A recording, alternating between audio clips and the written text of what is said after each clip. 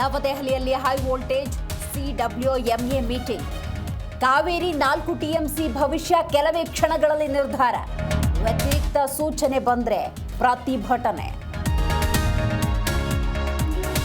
ತಮಿಳುನಾಡಿಗೆ ಕಾವೇರಿ ನೀರು ಹಂಚಿಕೆ ವಿಚಾರ ಭಾನುವಾರ ಸರ್ವಪಕ್ಷ ಸಭೆ ಕರೆದ ಸಿಎಂ ಡಿಕೆ ಶಿವಕುಮಾರ್. ರಾಜ್ಯದ ನಿಲುವಿನ ಬಗ್ಗೆ ಅಭಿಪ್ರಾಯ ಪಡೆಯಲು ಮೀಟಿಂಗ್.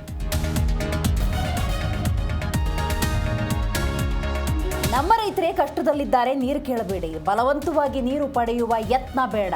ಸಿಎಂ ವಿಜಯ್ಗೆ ನಟ ಶೋಭರಾಜ್ ಪ್ರಥಮ್ ಮನವಿ.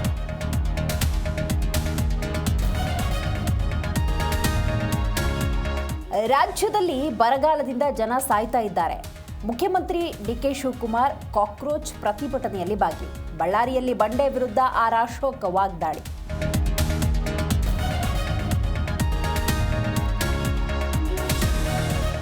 ಪ್ರಧಾನಿ ನರೇಂದ್ರ ಮೋದಿ ಉಳಿಸಲು ಪ್ರಧಾನಿ ರಾಜೀನಾಮೆ. ಪ್ಯಾಲೆಟ್ ಗನ್ ಬಳಕೆಗೆ ಆದೇಶ ನೀಡಿದ್ದು ಯಾರು?